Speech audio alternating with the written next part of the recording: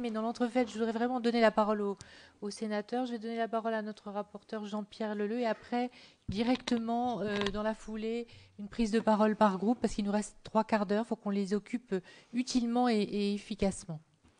Merci Madame la Présidente. Oui, le temps qui nous reste est assez court, mais le débat et les interventions qui viennent d'être exposées démontrent bien le panel des questions qui se posent et je crois que on va pas s'en arrêter là, mais si on s'en arrêtait là, on aurait déjà un grand nombre d'informations avec les petits télescopages de stratégie ou divergences de vues sur l'analyse de la situation du paysage radiophonique en France. Ma première question rapidement s'adressera au service public de télévision et à son président. À Radio France, pardon, et à son président Mathieu Gallet. En ce qui concerne le financement, plusieurs sujets ont évoqué notamment l'extension possible du cahier des charges le débat est également ouvert sur l'élargissement de l'assiette de la contribution publique à l'audiovisuel public. Est-ce qu'aujourd'hui, il y a deux pistes qui s'ouvrent à nous soit l'élargissement de l'assiette au niveau des écrans, hein, on parle de ça, soit au fond une reconnaissance que tous les foyers disposent au moins d'un récepteur et est-ce que l'application à tous les ménages d'une taxe unique serait une voie? En tout cas, on parle de ces deux voies possibles. Un avis très rapide sur votre perception de l'évolution du paysage audiovisuel dans son ensemble avec le rapprochement des différents canaux que sont la télévision, Internet, la radio. Et dans beaucoup de pays, on constate un rapprochement plus rapide de ces différents mondes de l'utilisation et la presse, bien entendu aussi, des ondes on est encore un peu en silo, même si petit à petit, les choses évoluent dans un sens de rapprochement. J'aimerais bien que M. Patrice Gélinet puisse réagir à un certain nombre d'évocations de sujets délicats. Le premier point qu'a évoqué M. Bélanger, c'est le repassage au tamis des fréquences FM qui aujourd'hui sont un héritage, mais une meilleure exploitation de cette bande et comment est-il possible d'optimiser la répartition de la bande FM afin de ne pas freiner leur développement. Et puis, je vous demanderai également de réagir sur les lois qui vont arriver certainement concernant la bande des 700 et qui pourraient peut-être être l'occasion pour le législateur de faire quelques propositions au niveau de l'exploitation des fréquences et est-ce que ce sera le moment d'encourager ou pas le développement de la RNT. Voilà. Concernant ce développement, souhaiteriez-vous que, comme cela s'est fait dans les pays où la RNT fonctionne, que ce soit le service public qui soit le moteur de la RNT pour impliquer dans les usages les marques fortes. Et est-ce que la RNT Alors ça c'est ou RNTIP puisque c'est une suggestion qui mérite d'être également analysée. Mais est-ce que c'est le service public qui doit montrer l'exemple, le cas échéant? Et dans le contrat d'objectifs et de moyens que l'État signe avec Radio France. Voilà, rapidement. Merci. Mais je crois qu'il y a d'autres questions. Merci, monsieur le reporter. Alors, Corinne Bouchou, pour le groupe écologiste. Madame la Présidente, monsieur le rapporteur, tout d'abord, merci d'avoir organisé cette table ronde. Une rapide remarque et une question. On a des entreprises privées pures très connues de grande qualité, des entreprises petites et grandes issues de l'économie sociale et solidaire et du monde associatif. Et puis on a le service public, donc une immense variété, mais un point commun, et ça a été dit très humoristiquement par Philippe Gau, et je l'en remercie, un staff 100% masculin, mieux que le Sénat, parce que nous, on a 25% de femmes, et des entourages 100% masculins. Donc, c'était la petite remarque humoristique. On aimerait bien que la prochaine fois, où on sera encore plus nombreux à venir vous écouter, il y ait un petit peu de diversité dans vos staffs. Je le dis à titre personnel, je pense que des collègues pensent différemment, mais je pense qu'il y en a qui pensent comme moi. Deuxième, j'en viens à ma question. Vous avez abordé tous ensemble, avec vos intérêts différents et vos intérêts convergents, 3 choses. Les supports, comment diffuser au mieux pour que la radio se porte au mieux. Donc on a bien compris vos exposés. Deuxièmement, la question de la publicité. Le marché n'est pas infini, c'est la crise. Donc comment faire en sorte que l'allocation soit optimale en termes économiques du marché publicitaire. Et puis, dans un troisième temps, ça a été quand même cruellement absent, même si Mathieu Gallet l'a dit pour le service public, dont c'est la marque de fabrique, il y a le fond. Parce qu'il y a quand même un lien entre les tuyaux, comment on diffuse, et le contenu. Je pense que c'est quelque chose à trifactoriel. Et donc, si vous ne mixez pas les trois, on passe quand même à côté du sujet. Donc, ma question sera simple.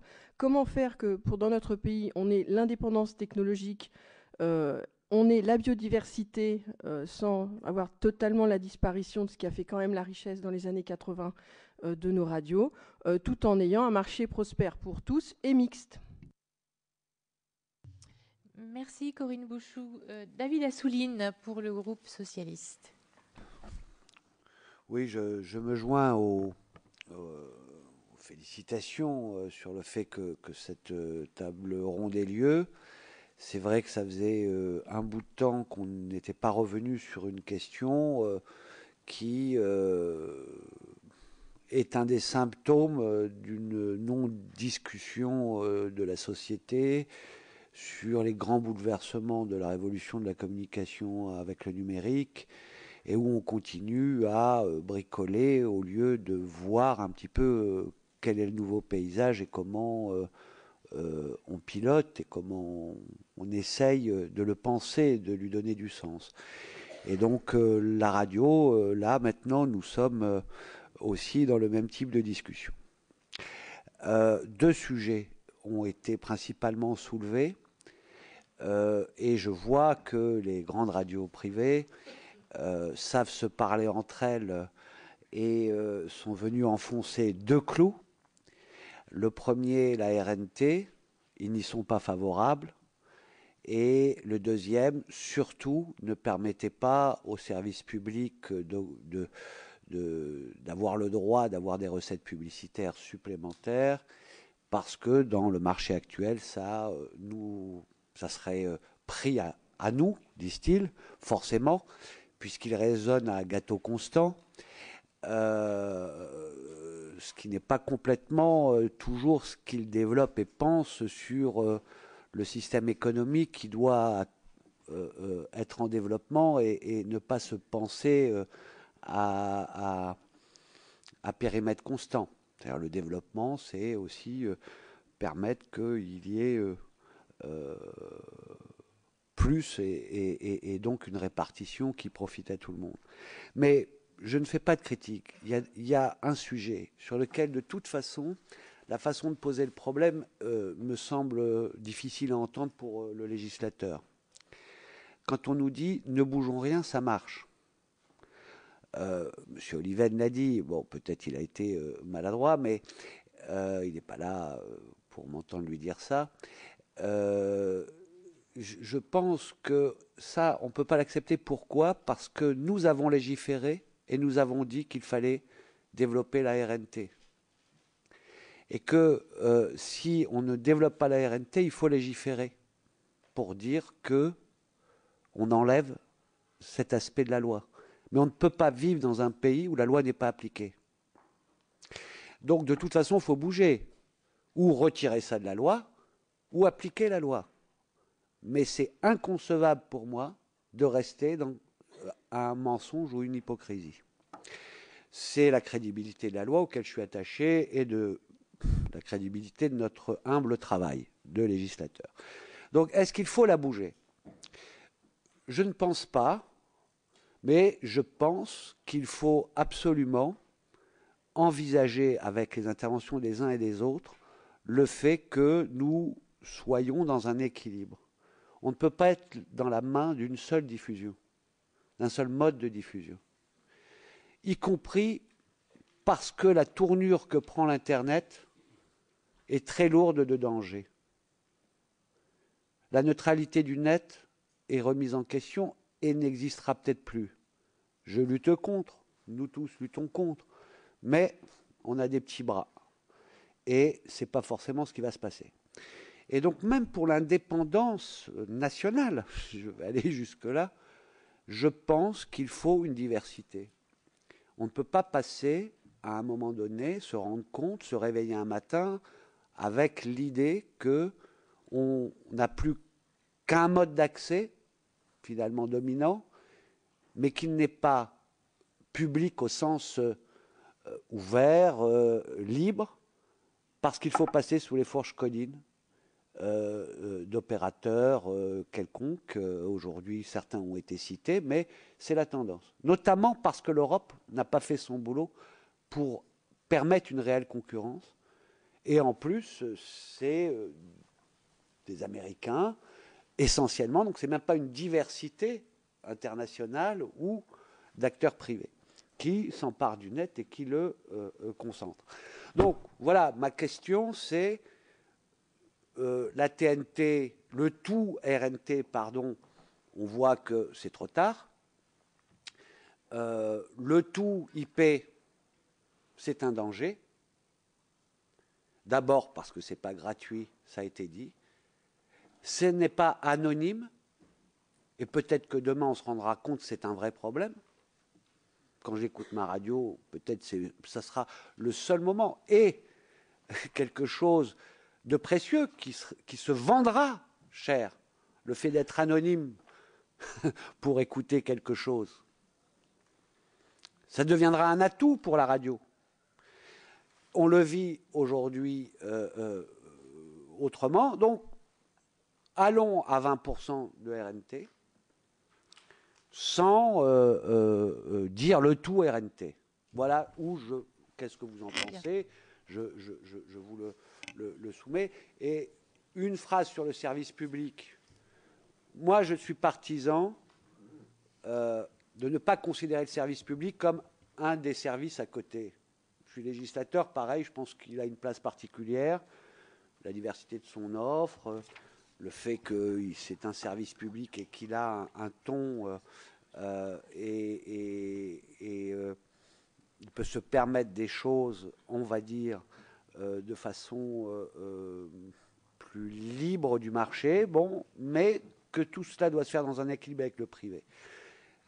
Je pense que c'est par la dynamique de la redevance que nous devons financer le service public.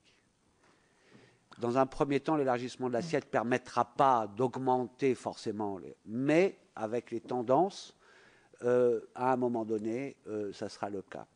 Je suis pour cela, pour ne pas déséquilibrer, mais je ne suis pas pour accepter, en l'état actuel, que le service public creuse un déficit pour ne pas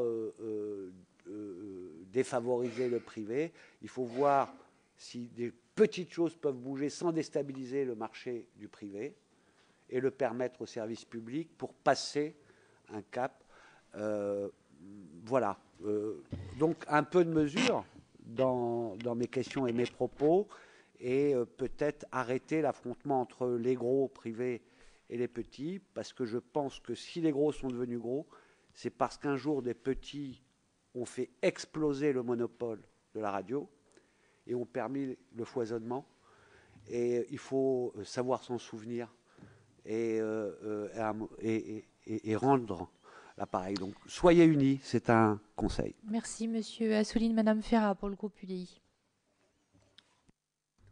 Merci Madame la Présidente. Et ce matin, je suis à la fois sénatrice et auditrice. Nous avons tous un petit peu de radio dans notre quotidien sous une forme ou sous une autre, que ce soit une radio associative, locale, régionale, nationale, publique ou privée, et nous pouvons consommer les unes et les autres au cours de la même journée. Et messieurs, à l'écoute de vos échanges ce matin, me vient une question essentielle.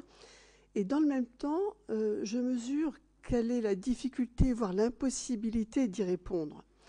Comment équilibrer, parce que c'est vraiment le cœur de nos échanges de ce matin, comment équilibrer l'offre radiophonique et ainsi, et ça me semble la moindre des choses, satisfaire l'auditeur dans la diversité de ses choix, tout en accompagnant la mutation et la révolution, voire que j'ai entendu ce matin, qui est en marche. Et je voudrais plutôt passer un message, parce que, encore une fois, je comprends la difficulté de cette question qui mériterait sans doute que nous puissions développer encore un petit peu plus, Madame la Présidente. Mais voilà, Monsieur Oliven est parti et je voudrais faire mien ses propos et vous dire que ce que je veux, c'est une radio qui fonctionne, une radio pluraliste et une radio équilibrée. Et bien voilà, à bon entendeur. Merci Madame Ferrat. Madame Pruneau pour le groupe CRC.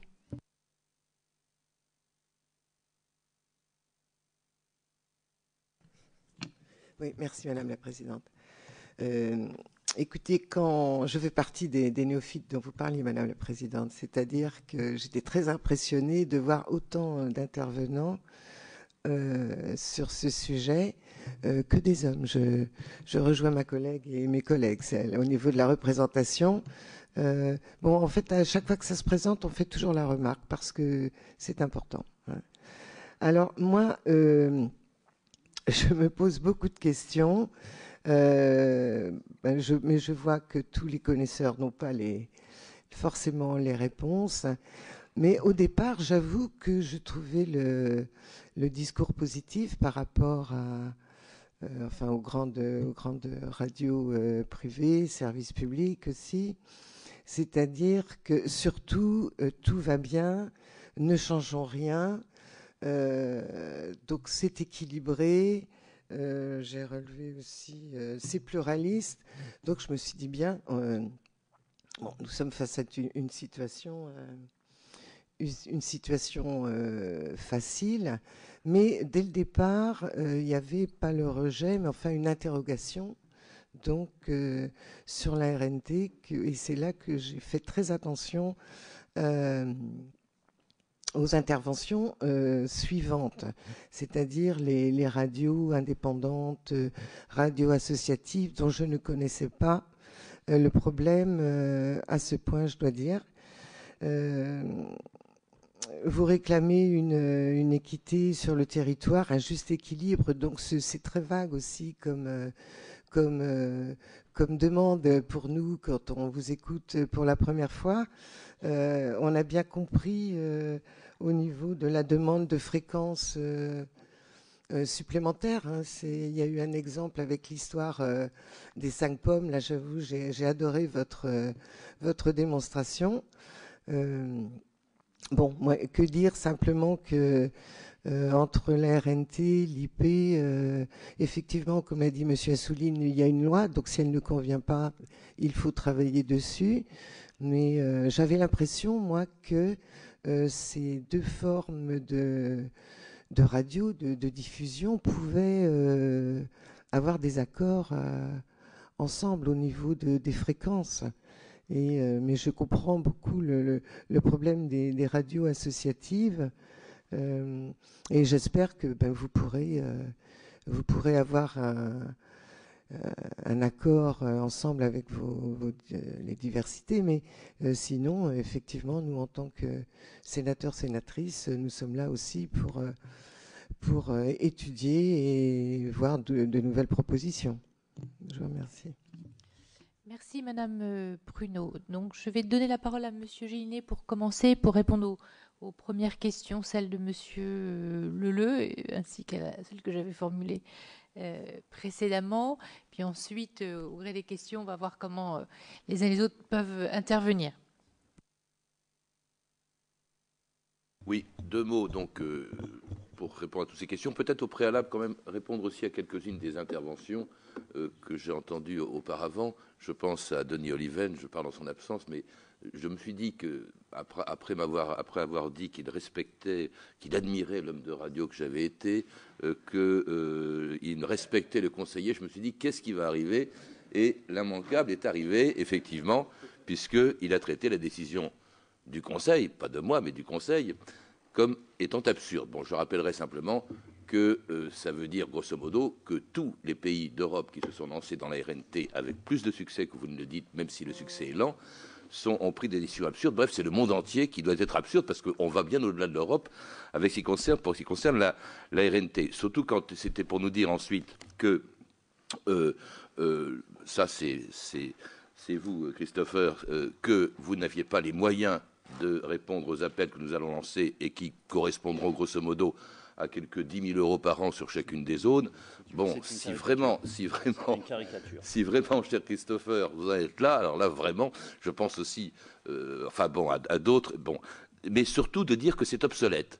Je trouve ça très franchement singulier de reprocher à la RNT d'être obsolète quand soi-même on diffuse avec le plus archaïque des moyens de diffusion et qui sont les grandes ondes qui datent des années 30 et qui coûtent une fortune pour des résultats en qualité d'écoute. Voilà, c'est la raison pour laquelle le véritable enjeu n'est pas de choisir entre la RNT, l'IP, etc., ni d'éteindre la FM, mais de se dire, au fond, à quoi bon continuer à payer horriblement cher pour une qualité d'écoute lamentable et pour couvrir des trous que l'on peut très bien couvrir avec la RNT. Alors, toutes les questions qui ont été posées reviennent en gros à peu près au même. RNT, IP, etc. Vous savez très bien que le Conseil, et son rapport le dit explicitement, est favorable à tous les modes de diffusion de la radio. Bon, maintenant, c'est aux radios de choisir quels sont les plus avantageux, les plus économiques, quelles sont celles qui correspondent à un modèle économique. Vous avez évoqué, Madame la sénatrice, les pouvoirs, la compétence du Conseil en domaine économique.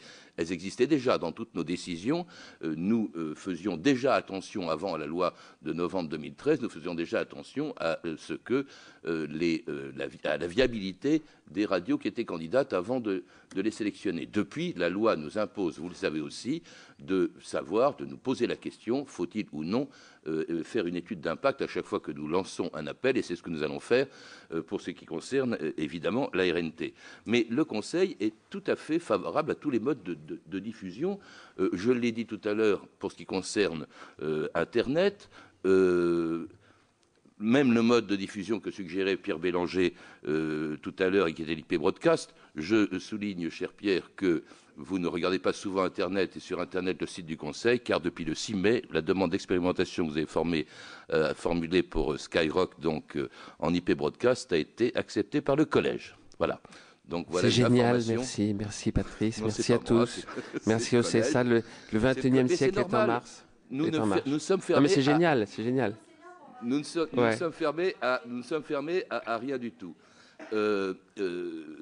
Mais j'avais pas encore reçu la lettre, ça a été publié sur Internet. Alors, je vous pose quand même une question, parce que vous êtes quand même candidat et vous avez été sélectionné en RNT sur 3 villes et vous ne diffusez toujours pas votre programme. Vous êtes un des derniers à le faire. Je voudrais savoir si c'est la solution pour vous, c'est RNT, si c'est la FM, bien sûr, vous êtes encore candidat en FM, ou si c'est IP Broadcast, ou c'est tout ensemble. C'est justement parce que je considère, et M. Assouline l'a souligné très justement, il ne faut pas être dans une dépendance de réseaux de télécommunications dont on ne connaît pas, je dirais, l'avenir. En tout cas, il faut être sous la dépendance de personnes. Donc, il faut garder, en fait, une pluralité de réseaux.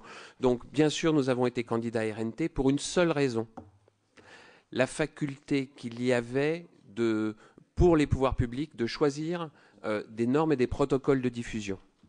Donc nous considérons que la radio numérique terrestre, radiodiffusée, a de l'avenir. Nous considérons qu'elle n'a de l'avenir qu'uniquement intégrée au réseau et à l'univers IP et au terminal mobile.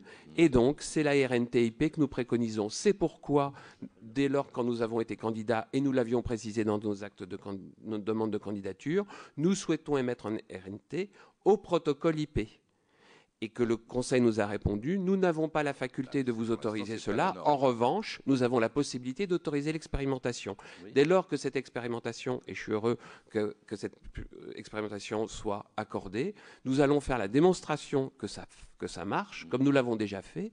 Et ainsi, j'espère que nous pourrons émettre sur les villes où nous avons été autorisés en RNT-IP et que l'industrie et nos collègues nous suivront dans cette voie qui est à la fois une voie d'économie puisque ça coûte moins cher en RNT IP qu'autrement, Bélanger, et des nouvelles je vais recettes rendre sont la parole permises. à Monsieur Gélinet. C'était pour annoncer. Voilà. J'ajoute une chose pour ce qui Parce concerne que le quand temps même est très compté pour les réponses. l'autorisation que vous avez reçue en RNT, qu'au bout d'un certain temps, le Conseil peut prononcer la caducité tout de même d'une autorisation. Oui, mais j'ai confiance dans votre sagesse. Oui, mais enfin, moi j'ai confiance en la loi et je respecte la loi et la loi le prévoit. Oui, oui, on Je verra. vous mets en garde. Bien. Je redonne la parole à Patrice Gélinet parce qu'il devait répondre à un certain nombre de questions posées notamment par le rapport. Oui, mais c'est pas équitable. J'avais juste une précision à apporter. Je donne la parole à Patrice Gélinet, excusez-moi. Je reviendrai vers vous après, Monsieur Kettel. Nous sommes évidemment conscients, nous le disons dans notre rapport, et c'est vrai dans tous les pays qui sont lancés dans la RNT, le service public peut jouer un rôle pionnier dans ce domaine, et il l'a fait notamment par exemple en Grande-Bretagne, et c'est vrai que ça a permis de favoriser le développement de la RNT. Je me réjouis ici d'avoir entendu Mathieu Gallet dire qu'il n'excluait pas le recours à la RNT pour le développement au moins de 2 de ces radios. Ça, c'était quelque chose qui est très important, que j'ai entendu aujourd'hui et dont je parlerai tout à l'heure en plénière, puisque j'ai séché une matinée de plénière pour venir avec vous, mais effectivement, tout le monde considérait que c'était important.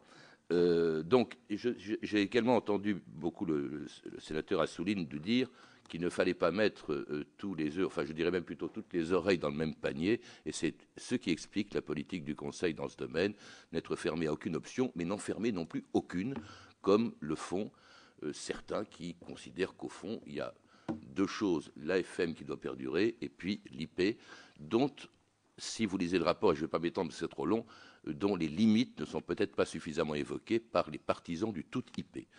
Le tout IP représente un danger, mais il a aussi un certain nombre de limites, notamment une bande passante qui ne permettrait pas à tout le monde de se ruer sur l'IP et d'écouter la radio sur Internet en même temps. Voilà, je ne sais pas si j'ai répondu à toutes vos questions très brièvement, mais c'était pour vous, à la fois pour répondre à quelques comment dirais-je, propos qui ont été tenus, mais très amicalement, même s'il est absent, par Denis Oliven, et puis pour répondre ici à vos questions, mais je ne veux pas non plus monopoliser la parole. Merci, Patrice Gélinet. Alors, M. Baldelli avait demandé à répondre en premier. Après, M. Kettel interviendra, bien entendu. Merci, Madame la Présidente. Vu l'horaire, je vais essayer d'être très rapide et essayer de répondre à quelques-unes des questions qui ont été posées par le sénateur Assouline, par Madame la sénatrice. Le premier point, très simplement, je parlais au début d'un paradoxe de la radio, média qui en vérité se comporte bien par l'usage et qui est plutôt en difficulté économique pour les radios privées. Là, je vois un nouveau paradoxe, c'est qu'en gros, le service public envisagerait d'aller sur la RNT, alors qu'il n'a pas les moyens publics aujourd'hui de financer l'ensemble, d'où l'ouverture possible sur le marché privé, quand un certain nombre d'opérateurs privés, eux, disent « nous n'avons pas les moyens d'aller sur la RNT ». On est quand même dans un vrai paradoxe. Il se trouve d'un côté, il y a de l'argent public. Puis-je me permettre de vous interrompre pour vous dire qu'une réflexion très approfondie, en tout cas, est menée au cœur de cette commission. D'ailleurs, le sujet a été évoqué par les uns et les autres, notre rapporteur, par M. Assouline. Sur l'évolution de la ressource publique voilà, et de... Voilà. J'ai bien il y a compris, cette réflexion. Et je pense il que faut c'est la très prendre utile, en compte évidemment. dans l'évolution du paysage et les options après qui seront choisies. Alors, la deuxième question, sur le pluralisme du paysage qui a été évoqué, je crois sincèrement que le pluralisme du paysage français est assez remarquable, surtout quand on compare aux autres pays européens. Je crois que des radios associatives, il y en a à peu près 600 dans notre pays. Et alors je voudrais juste, sans esprit de polémique, mais nous avons à l'occasion été pris à partie, on parle de grandes et de petites radios. Soyons très simples, les radios dites indépendantes sont toutes en régie chez TF1, qui est le plus grand opérateur français d'audiovisuel. Mais il n'est pas opérateur radio, TF1. Non mais juste, on parle de grands et de petits, c'est un peu facile. Il se trouve que RTL, le groupe radio RTL en France, c'est, si je puis parler, vous êtes largement exprimé, c'est 450 emplois, c'est ce qu'on pourrait appeler une grosse PME. Donc voilà quels sont en vérité les rapports. La radio en France est à la fois un usage énorme chez nos concitoyens, mais en vérité un petit marché au total et de petites entreprises en termes économiques, d'où une grande fragilité. Sur les deux questions que posait particulièrement M. Assouline sur l'évolution du marché publicitaire, certes, on peut considérer que ce n'est pas un gâteau fermé, mais nous avons un élément nouveau, et vous le savez, et vous l'avez déjà noté dans vos nombreux rapports. Aujourd'hui, là où il y avait avant des marchés publicitaires assez cloisonnés, la presse, la radio, la télé, aujourd'hui, avec Internet, on assiste à une véritable fusion. Et en vérité, Internet vient prendre sur tous les marchés publicitaires, et du coup, les marchés entre eux sont aussi beaucoup plus ouverts. Donc évidemment, tel ou tel opérateur comme Radio France ayant accès à davantage de publicité, cela se fera évidemment au détriment du marché publicitaire de radio. Et le dernier point sur la question des différents modes de diffusion et la question de savoir est-ce qu'il y a un danger sur Internet et sur les télécoms, bien sûr qu'il y a potentiellement un danger sur Internet, on en est tous conscients. Mais soyons aussi conscients d'une chose, la télévision aujourd'hui, en France, malgré le grand succès de la TNT, auquel j'ai participé dans des groupes précédents et qui est totalement différent de la RNT, il n'y a que 2 lettres en commun sur les 3, mais ça n'a rien à voir, le grand succès de la TNT en France n'empêche pas plus de 50% de nos concitoyens de recevoir leur télévision à travers des opérateurs qui sont des opérateurs de télécom. Ce sera la même chose pour la radio. Donc pourquoi ce qui pour la télévision ne poserait aucun problème et qui la situation aujourd'hui serait pour la radio un problème essentiel. Et un dernier point sur la loi, puisque je vais très très vite. Messieurs Cornillet et Dubois ne se sont pas encore exprimés. Bien sûr, Monsieur Assouline l'a évoqué. On leur donne la parole. Sur la loi, je rappelle que le Parlement, de la même façon, a adopté une loi sur la TMP, la télévision mobile personnelle. Il se trouve qu'à un moment donné, l'ensemble des acteurs privés, j'en faisais partie, j'étais dans le groupe M6, de même que le CSA, a constaté que cette technologie était obsolète et qu'elle ne pouvait plus marcher. Résultat, le CSA, après avoir fait un appel d'offres, aujourd'hui la TMP n'existe pas depuis des années et la loi, pour le compte, la prévoit toujours. Donc ce que je veux dire, effectivement, il est toujours de meilleure politique que, effectivement, une loi soit revue quand elle a des dispositions sur une technologie qui n'a plus de pertinence. Il se trouve qu'en l'espèce, sur la TMP, hélas, il n'est pas si souvent qu'on revienne sur la loi pour changer des dispositions. Mais on sait tous que la loi s'impose à tous, mais quand la loi prévoit certains dispositifs liés à une technologie, si à un moment donné cette technologie n'a plus de sens, les acteurs n'y vont pas. Et le CSA était le premier à en tirer des conclusions sur la TMP, comme l'ensemble des acteurs privés. Merci. Merci, Monsieur Valéry. Je vais vous donner tout de suite la parole, Monsieur Cornillet, parce que pardonnez-moi, je vous ai oublié, j'ai pas vu que vous leviez la main tout à l'heure. Monsieur Kettel, on ne vous oublie pas, rassurez-vous. Merci Madame la Présidente. Mesdames et Messieurs les sénateurs, je vous remercie de nous donner l'occasion un petit peu de nous exprimer sur ce dossier qu'est la radio, l'avenir de la radio numérique en particulier. Donc je tiens à rappeler qu'ici je représente le groupe Énergie, qui au passage quand même est un champion français de la radio avec 4 radios FM et 220 web radios, ce qui fait de nous un champion non seulement français en la matière, mais également européen. Et tout à l'heure, puisqu'on a évoqué comment se défendre par rapport aux opérateurs, si des radios françaises et des groupes français comme les nôtres et ceux de mes collègues du bureau de la radio veulent se défendre, et on se défend, parce que je vais essayer de donner ici un message positif sur l'avenir et sur l'existant par rapport à des opérateurs, et on discute avec eux tous les jours. Il faut être un groupe fort, il faut avoir des marques fortes, il faut être puissant. Effectivement, par rapport à des groupes, on va dire, forts sur l'Internet, les opérateurs et autres, si vous êtes un petit, vous aurez du mal, quel que soit le cadre réglementaire. Donc attention, quand on disait de toucher à rien, faites attention, on a en France des champions dans la radio. Par ailleurs, la France est un champion dans la radio dans le monde. Je tiens quand même à commencer par ça. La FM, ça a été dit, ça marche bien, mais la France est le champion mondial de la radio FM, tant par le nombre de ses radios, a fortiori au prorata de sa surface géographique, si je puis dire, et de sa population. Je vais vous donner un simple exemple. Allez chercher dans le monde un seul autre endroit où, comme à Paris, vous avez 55-56 radios FM. Vous n'en avez pas. Donc attention, quand on dit qu'on est des champions, c'est vrai. On a dit que la radio marchait, oui. Donc on veut tous évoluer. Donc je reformule ce qui a été dit précédemment. On veut tous évoluer, mais ne cassons pas ce qui marche actuellement. Faisons attention à ce qui existe et qui marche effectivement très bien. Donc il s'agit d'évoluer, mais sans casser. C'est ça un peu le message.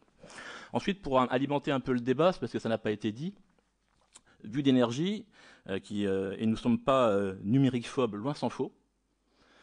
Juste un petit point d'histoire quand même, à propos de la RNT, qui pour moi n'est pas le seul vecteur de la radio numérique. Il y a radio numérique N majuscule, et la RNT est éventuellement une option de cette radio numérique.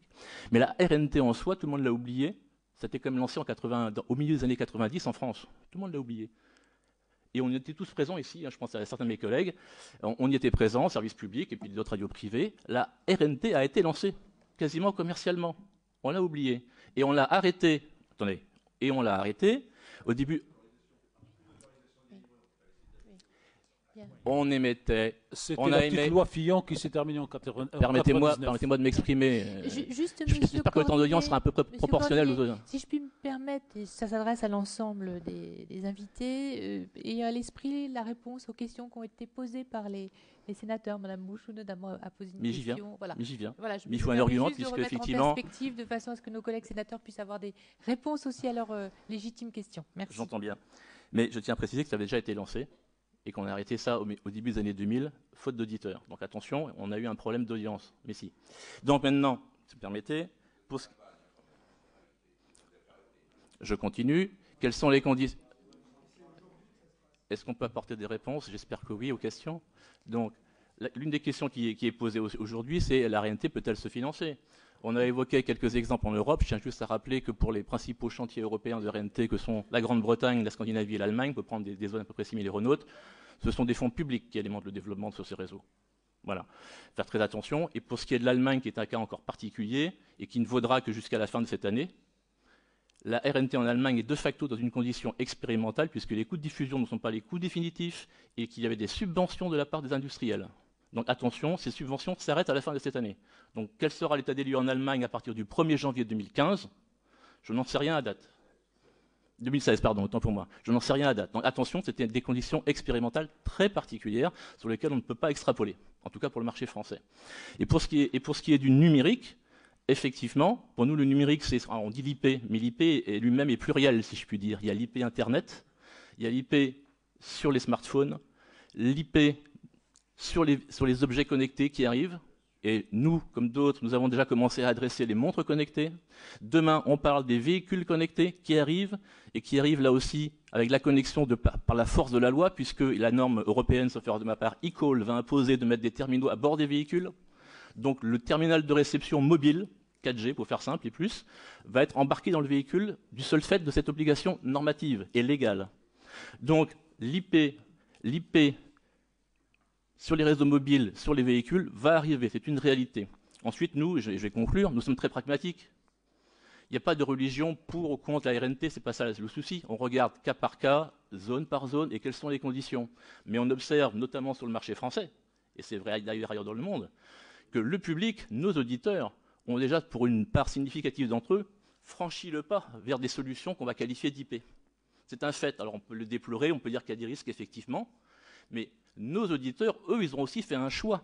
Et on doit entendre ce choix des auditeurs. Ils ont décidé de nous recevoir, et d'autant plus qu'ils sont jeunes, mais les jeunes d'aujourd'hui, c'est entre guillemets les plus anciens de demain. Ils ont fait un choix de nous écouter à partir des terminaux qu'on va qualifier de multimédia, les objets connectés.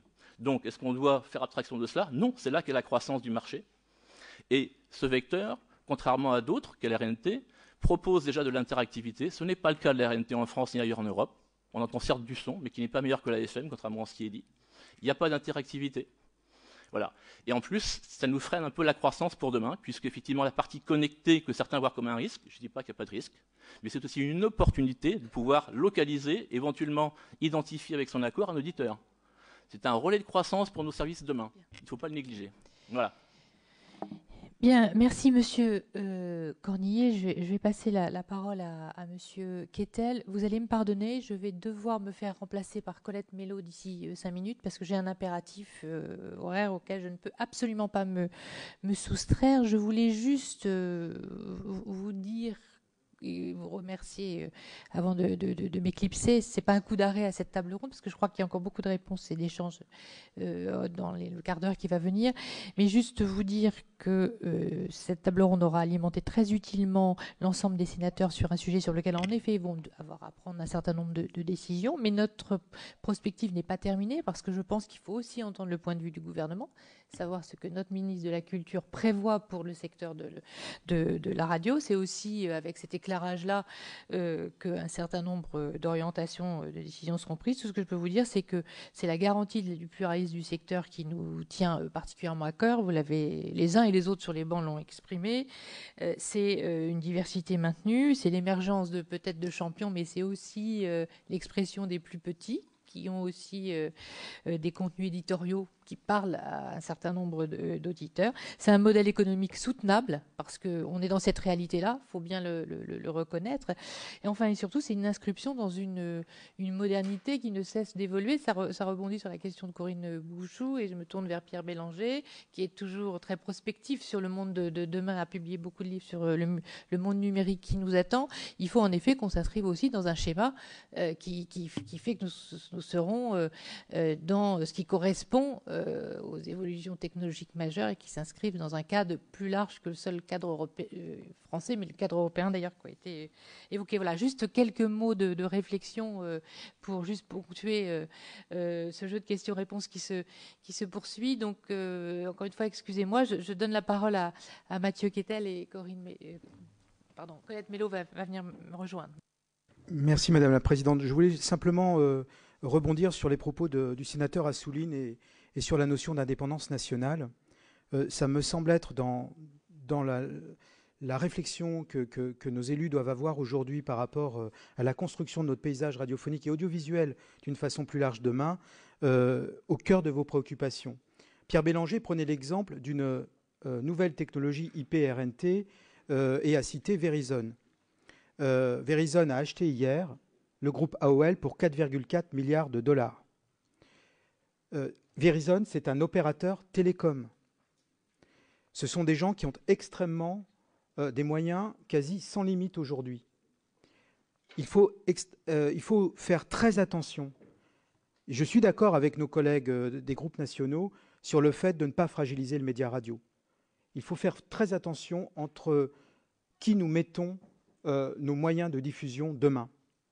Et Verizon, il a pris immédiatement après avoir acheté hier AOL pour 4,4 milliards de dollars la décision de vendre le Huffington Post parce qu'il est éditeur de contenu et qu'il n'en a rien à faire. Voilà, c'est le premier point. Le second point sur l'e-call, il faut faire attention parce que l'e-call, c'est une obligation de normes européennes qui va rentrer en vigueur en 2017 dans les véhicules. C'est tout à fait vrai. C'est le SOS dans les véhicules. L'IP, pour reprendre ce que tu disais, Christophe, est déjà présent dans les voitures, mais au même titre que la RNT. La RNT aujourd'hui, lorsqu'on achète un véhicule neuf, est déjà présente dans l'autoradio en première monte de la voiture. Un certain nombre de fabricants ont décidé de ne pas l'activer. C'est leur choix pour des raisons industrielles, mais elle est présente. Dès lors, et je le dis aussi pour nourrir la réflexion de mesdames et messieurs les sénateurs, c'est important que vous le sachiez, il n'y a pas que l'IP dans les voitures. Les voitures aujourd'hui, peut-être que la vôtre d'ailleurs, est déjà équipée de l'IP et de la RNT. Simplement, vous ne l'utilisez pas parce que vous n'en êtes peut-être pas informé, notamment les Toyota, les Nissan, les véhicules également français qui sont équipés pour les marchés allemands et anglais, prééquipés mais non activés pour la France. Tout cela, c'est la réalité aujourd'hui. Donc, qu'on ne nous explique pas que la RNT est une technologie obsolète, ce n'est pas vrai. C'est une technologie qui va être activée au fur et à mesure que l'acculturation du public sera en cours. Et ça va aller très vite également, au même titre que les autres supports numériques. Voilà, c'est deux petites précisions que je souhaitais apporter parce qu'on est là aussi pour nourrir votre réflexion en essayant autant que possible d'être précis. Et puis, une petite encore information, je trouve assez fort de café de comparer le groupe Bertelsmann, qui est un groupe international dont tout le monde connaît la puissance ici, avec 128 PME françaises qui ont uni leur audience pour pouvoir accéder au marché publicitaire national. Et je prends bonne note de l'argument de Christopher Baldelli, mais je pense qu'on peut avoir des arguments un peu différents pour s'opposer les uns les autres. Merci, monsieur, pour ces précisions. Je vais maintenant donner la parole à monsieur Dubois, qui ne s'est pas encore exprimé, si vous voulez bien, monsieur. Oui, merci. Bonjour, mesdames les sénatrices, messieurs les sénateurs. Deux points complémentaires à ce qui est peu dit sur l'expérience du groupe Nextrado TV que je représente, qui partage évidemment au sein du bureau de la radio la position du bureau de la radio sur le sujet de la RNT, mais deux points d'explication, peut-être de témoignage. La position de Nextrado TV sur la RNT, elle n'est pas si vieille que ça. Il y a quelques années, Michel Coco l'évoquait au début du colloque, c'était le cas peut-être d'un certain nombre d'entre nous. La RNT était vécue, anticipée comme quelque chose de très positif. Pourquoi ? Parce que au sein des ce qui a été appelé les grandes radios nationales commerciales présentes ici aujourd'hui, avec des guillemets sur l'expression évidemment, Nextrado TV avec RMC d'une part à l'époque, avec BFM Business Radio à l'époque, était plutôt la plus petite de ce groupe, et notamment en termes de fréquence. C'est toujours le cas aujourd'hui, même si RMC notamment s'est largement développé en termes de fréquence. Et pourtant, c'est toujours le cas aujourd'hui. RMC n'est pas présente à Strasbourg. RMC est absente de 18 grandes agglomérations françaises de plus de 100 000 habitants. Sur le papier, le groupe Nexado TV devrait être favorable à la RNT parce qu'effectivement, avec cette perspective du jour au lendemain ou presque, de devenir complètement national, d'être à égalité avec ce qui pour RMC sont ses concurrents, même si aujourd'hui nous sommes sur une position commune au sein du bureau de la radio, RTL, Europe 1, etc. Qu'est-ce qui a changé? D'une part, la technologie, on l'a dit, Pierre Bélanger l'a dit, on vit tous au sein de l'univers Internet IP. Il n'est pas question mais personne ne le fait d'ailleurs, il n'est pas question de dire le contraire, de le nier et d'imaginer que l'avenir passe ailleurs, au moins en partie. Ce qui a changé, même si Internet, la technologie IP a 25 ans, comme vous l'évoquiez, c'est le téléphone, le smartphone, l'ordiphone. Là, pour le coup, c'est quand même quelque chose de beaucoup plus récent. Ça date de la fin des années 2000, c'est généralisé depuis 5 ans chez tout le monde. Et aujourd'hui, c'est un téléphone, c'est un téléviseur, c'est aussi un transistor, évidemment, pour beaucoup de monde. Or, c'est un appareil qui, effectivement, aujourd'hui, pour sa partie smart, pour sa partie ordi de ordiphone, travaille soit en Wi-Fi, mais en tout cas, reçoit de la technologie IP en plus du téléphone. Donc ça a changé. Et surtout, je ne sais pas si on a suffisamment insisté sur cette question ce matin, mais elle est extrêmement importante, en tout cas pour le groupe Nexado TV, c'est ce qui a certainement conduit à nous faire changer d'avis, c'est le coût, c'est le surcoût, parce que ce coût, c'est un surcoût. En attendant de peut-être un jour prochain faire des économies par ailleurs sur d'autres types de diffusion, sur d'autres types de réseaux, vous évoquiez, M. Gélinet, les grandes ondes. Aujourd'hui, la RNT, ce serait un surcoût pour les groupes de radio nationaux, publics comme privés. Et c'est un surcoût important. Pour un réseau national, on parle de plusieurs millions d'euros par an, qui s'ajouterait au coût de diffusion actuel et qui interviendrait, et là on reparle du contexte économique, dans une situation compliquée en termes de concurrence je suis pas certain que on parle de conditions de compte d'exploitation d'un côté et d'actifs de l'autre. Je ne crois pas qu'il y ait un sujet. Mais vous me faites ma transition, Monsieur Gélinet, parce qu'il a été évoqué. C'est la deuxième spécificité de notre groupe, si vous me donnez encore 2 minutes, Madame la Présidente. C'est le parallèle avec la télévision, avec la TNT qui a été évoqué par Monsieur Boutrin. La TNT, de fait, a été soutenue. La TNT, de fait, a été un grand succès. Mais effectivement, comme l'évoquait Christopher Baldelli, à part les 2 lettres communes sur 3, la situation avec le développement de la TNT que j'ai connu, auquel j'ai participé, est extrêmement différente pour 2 raisons que tout le monde comprendra très vite. La TNT, elle s'est lancée en France en 2005. En 2005, 75% des Français ne recevaient que 5 chaînes de télévision. On était le pays le plus en retard au monde, enfin en tout cas en matière de télévision à l'époque. On l'a évoqué, tout le monde le reconnaît, ce n'est pas du tout la situation sur le marché de la radio, où effectivement, à la fois au niveau des réseaux nationaux, mais également au niveau des radios locales, avec les 900 radios qui ont été évoquées tout à l'heure, on l'évoquait, le marché français, probablement le marché le plus riche, avec le marché italien, vous l'évoquez, en Europe, pour le marché de la télévision. Donc on ne parle pas du tout d'une situation de pénurie de programmes en radio aujourd'hui en France. Et l'autre différence, et j'en terminerai là, merci, si vous me le permettez, avec le parallèle avec la TNT, c'est qu'à l'époque, pour la TNT, donc il y avait ce changement, cette explosion du nombre de programmes du jour au lendemain, où quasiment on passait de 5 à 18 chaînes gratuites, et surtout, ça pouvait se faire avec le téléviseur inchangé, il suffisait d'acheter, vous vous en souvenez, un boîtier entre 50 et 100 euros pour passer de cette situation de 5 chaînes à cette situation de 18 chaînes. Et c'est ce qui explique que le succès a été immédiat, il n'a pas été lent pour le coup. Monsieur Gélinet, le succès de la TNT a été immédiat en France, et c'est le deuxième élément de grande différence, et qu'effectivement il serait, je pense, impropre de faire trop ce parallèle avec la TNT, qui a été un succès, qui est un modèle sur le dossier de la RNT. Merci Madame la Présidente. Merci monsieur pour toutes vos précisions. Je vais donner la parole à monsieur Mamie qui l'a demandé déjà depuis un certain temps, et ensuite à monsieur Kakou. Et je crois que nous nous en tiendrons là parce que l'heure avance et il serait peut-être difficile d'aller plus loin. Alors, 2 mots pour M. Gau. D'accord. Merci. Monsieur Mamie. Alors, 3 remarques. Je marche dans les pas du sénateur Assouline. J'avais noté cette question d'indépendance nationale, mais comme le temps est compté, je ne l'ai pas dit, donc je remercie le sénateur, parce qu'aujourd'hui, aucun des propriétaires de l'Internet n'est français, et on ne sait pas comment ça va aller demain. Je pense que ça va aller de pire en pire. Alors, nous sommes des TPE, donc moi je viens avec des petits chiffres. Sur Paris, il faut noter que quand on diffuse une fréquence FM sur la Tour Eiffel, c'est en gros 150 000 € par an.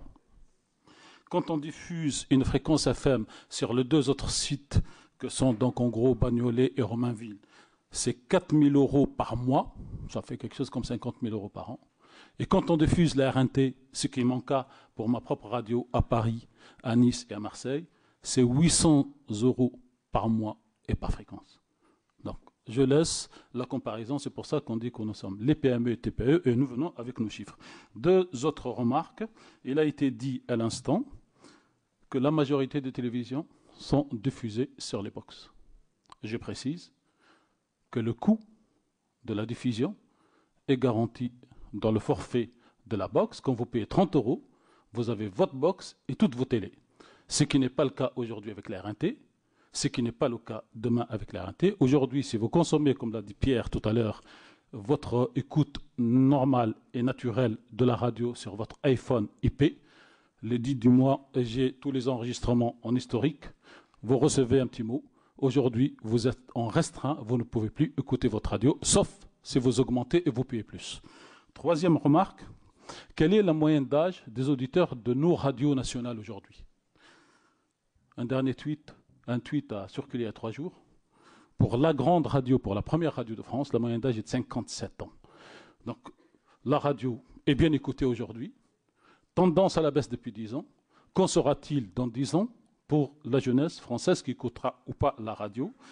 Et j'en terminerai là, parce que ce qui m'intéresse, c'est la moyenne de nos auditeurs aujourd'hui. Et est-ce que les jeunes écoutent la radio sur le support radio ou sur l'IP?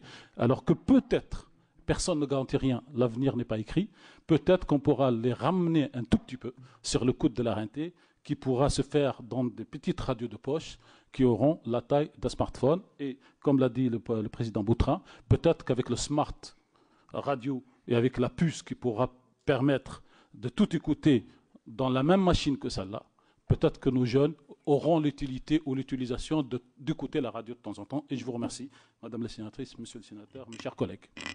Merci. Monsieur Gau, vous voulez peut-être compléter avant que je donne la parole à Monsieur Oui, si vous voulez. En fait, je veux pas à ce moment-là relancer la polémique parce que je pense qu'elle a déjà été assez nourrie. Et pour les sénatrices et sénateurs ici présents, je pense que les positions sont assez clairement établies. On a vu que le bureau de la radio reste sur son opposition à la RNT. Et d'ailleurs, Christophe Cornier a rappelé tout à l'heure qu'à un moment donné, ils étaient pour. Donc à un moment donné, ils étaient pour et depuis quelques années, ils sont contre. Le CSA est un peu le maître du jeu quand même, et avec vous, puisque vous avez fait la loi, vous ne l'avez pas défaite jusqu'à ce jour, et à partir de là, il appartient au CSA de l'appliquer. On a suffisamment parlé de la RNT. Manifestement, il y a des éditeurs qui sont prêts à prendre les fréquences, à prendre les risques. Ils aimeraient bien évidemment être accompagnés par un peu de bienveillance, notamment de la part des pouvoirs publics, un peu de soutien, un peu de messages positifs, un peu moins de cette incertitude qui est constamment renouvelée et instillée par les grands acteurs qui n'en veulent pas. On les a entendus, mais à un moment donné, c'est un chantier industriel. J'ai remarqué d'ailleurs que quand il y a de nouvelles propositions qui sont faites, comme celle de Pierre sur l'IP 4G, c'est écouté avec une certaine bienveillance, et d'ailleurs par vous et par nous.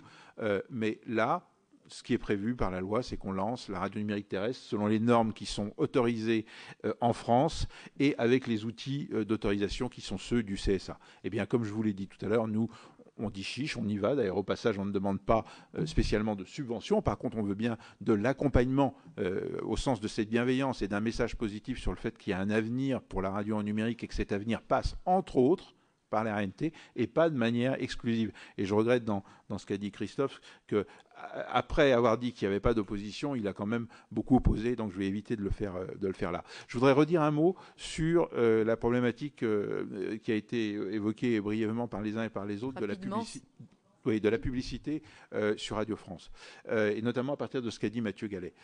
Mathieu Gallet a dit, mais peut-être pas avec une clarté absolue, que ce qu'il souhaitait, c'est pouvoir continuer de diffuser des messages publicitaires et de se procurer, grosso modo, les mêmes recettes qu'aujourd'hui, avec peut-être pour cela une certaine modification du cadre réglementaire. Je pense que ce débat, comme les autres, devrait être plus transparent. Et je dis ça pour Mathieu Gallet, je dis ça pour la tutelle, je dis ça pour vous également, les parlementaires. Je pense qu'il serait utile de faire préciser, notamment au gouvernement, puisqu'il est aussi très décideur en la matière, faire préciser quel est l'objectif de cette modification réglementaire dont on nous parle, à la fois en termes d'objectifs économiques. S'agit-il de rendre légal quelque chose qui n'est pas légal, enfin autorisé aujourd'hui et qui se pratique sur les antennes, comme l'ont dit un certain nombre de parlementaires, et j'ai pu moi-même reprendre ces propos parce qu'ils sont de notoriété publique. Donc est-ce qu'il s'agit de rendre ces choses qui aujourd'hui ne sont pas autorisées, de les rendre autorisées, ou est-ce qu'il s'agit, comme ça a été dit aussi à d'autres moments, d'augmenter les recettes publicitaires? Ce n'est pas la même chose, et notre position là-dessus, pour le coup, elle est la même que celle du bureau de la radio. Nous pensons qu'il y a un modèle économique pour la radio publique, c'est celui de la subvention, de la dotation publique, de la redevance, de l'accompagnement par l'État et par les puissances publiques de ce type de radio spécifique, qui n'est pas un groupe comme les autres. Mathieu Gallet a dit groupe leader. Je pense que c'est pas la bonne expression. C'est un autre groupe, c'est un autre service que celui que nous faisons. Et la séparation entre ces deux modèles me semble un élément important, y compris de la réussite et de la spécificité des radios publiques. Parce que sinon, quelle sera la justification demain ou après-demain si on laisse dériver les radios publiques pour devenir des radios commerciales? Quelle sera la justification demain ou après-demain du fait qu'ils puissent avoir 7 réseaux? Alors grosso modo, la loi limite à 4 réseaux les groupes privés. Quelle sera la justification de la préemption des fréquences, qui est que pour l'instant, Mathieu Gallet peut être agnostique sur les fréquences, sur la RNT, sur ceci, cela, parce que le moment venu, il préemptera. Si on est des concurrents, la préemption cessera d'être légitime. Et que dire des 600 millions d'euros d'aide publique annuelle si nous sommes, pour le reste, essentiellement des concurrents? Merci. Bon, toutes ces questions, bien sûr, se posent. Et bon, les avis qui sont plus ou moins divergents permettent de nourrir notre réflexion. Donc, voilà, merci de les poser. Alors, je vais donner la parole d'abord à M. Cacou et nous terminerons par M. Boutrin, si vous voulez bien. Nous nous en tiendrons là. Merci. Bon, écoutez, je ne voudrais pas, je crois que tout le monde s'est exprimé, je ne veux pas rentrer dans les polémiques qui parfois sont un peu excessives, je crois que tout le monde s'est exprimé. Je voudrais répondre quand même à Madame la sénatrice, et vous avez posé la bonne question, c'est-à-dire la qualité des contenus, l'équité. Bien sûr, on peut toujours dire qu'on n'est pas traité d'une manière équitable, mais globalement, le marché est quand même relativement équilibré. Le CSA y a veillé depuis plusieurs années, même si, bien évidemment, on peut toujours espérer mieux. Mais je voudrais insister sur un point que j'ai évoqué d'entrée. D'abord, ne pas oublier que la radio est un média de mobilité. Et c'est étonnant puisque, aux deux extrêmes, Emmanuel, tu as évoqué le terminal avec la puce FM. Et Pierre, bien évidemment, à travers tes brillantes, je suis toujours très admiratif de tes brillantes prospectives. Tu as également évoqué, quelles que soient les solutions, ça passera par là. Donc, je voudrais attirer l'attention du CSA sur la nécessité, comme s'en est engagé le président Olivier Schrammeck, de faire des études d'impact à chaque fois, c'est-à-dire de regarder quel impact. Je ne vais pas polémiquer, je vais vous donner un exemple. Il y a un garçon que j'aime beaucoup, qui est usé, qui a lancé sa radio crooner. C'est un garçon formidable, il vient de lancer sa radio crooner sur la RNT. Bon, combien de temps il va pouvoir tenir économiquement? Parce qu'il faut générer de l'audience. Et le problème de la RNT, ce n'est pas qu'on soit contre par principe. C'est que l'audience, il faut qu'elle soit générée et que ça demande beaucoup de temps pour que l'audience soit générée. Donc voilà, c'est tout. Maintenant, on a nos avis. Non, mais je sais, c'est un entrepreneur, je l'adore. Mais voilà, donc je voulais vous dire, voilà, chacun s'est exprimé. Et puis après, je pense quand même qu'il y aura sur l'IP une vigilance à avoir, pas l'IP, mais disons les opérateurs, une vigilance à avoir pour que justement nous puissions être protégés. Voilà. Mais je ne voudrais pas repolémiquer. Merci beaucoup. Madame la Présidente, quelques secondes. Pour répondre aux interrogations de Monsieur le rapporteur, la vocation de l'État, c'est d'accompagner les filières et notamment avec l'objectif du maintien et de la création de l'emploi. Et vous avez, avec la radio numérique terrestre, les moyens d'accompagner le développement pour les entreprises et les éditeurs donc, qui le souhaitent. La question est là, et c'est tout sans bousculer, évidemment, la légitimité des uns et des autres. Vous avez, mesdames les sénatrices et messieurs les sénateurs, un outil extraordinaire avec la loi de 2007, puisque vous avez même prévu les moyens d'une labellisation qui s'appelle « Prêt pour la radio numérique ». L'État est dépositaire d'un label qui s'appelle « Prêt pour la radio numérique », avec des conditions dont il convient d'étudier la mise en application. Au passage, je rappellerai, et c'est un clin d'œil à Christopher Baldelli, donc groupe RTL, que quelques jours après l'apparition de la loi au journal officiel, mais je vous demande de bien vouloir le noter, monsieur le rapporteur, le groupe RTL a déposé ce nom de marque.